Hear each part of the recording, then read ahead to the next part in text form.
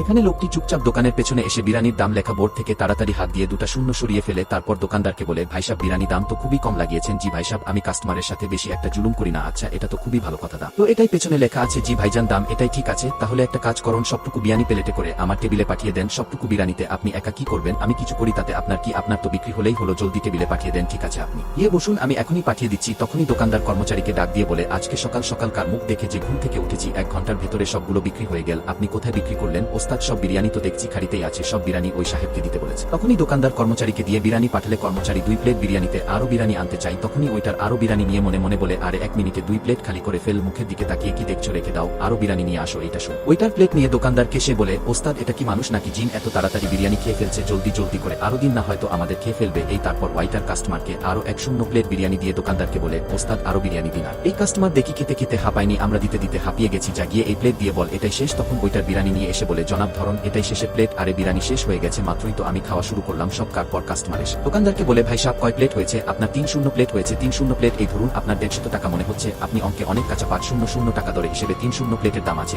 5,000 টাকা। 1000 টাকা পাগল হয়েছেন নাকি আপনার? পোস্টারে তো 5 টাকা করে প্লেট লাগিয়েছেন। এটা দেখে দোকানদার অবাক হয়ে যায়। তখনই কাস্টমার 150 টাকা দিয়ে চলে যায়।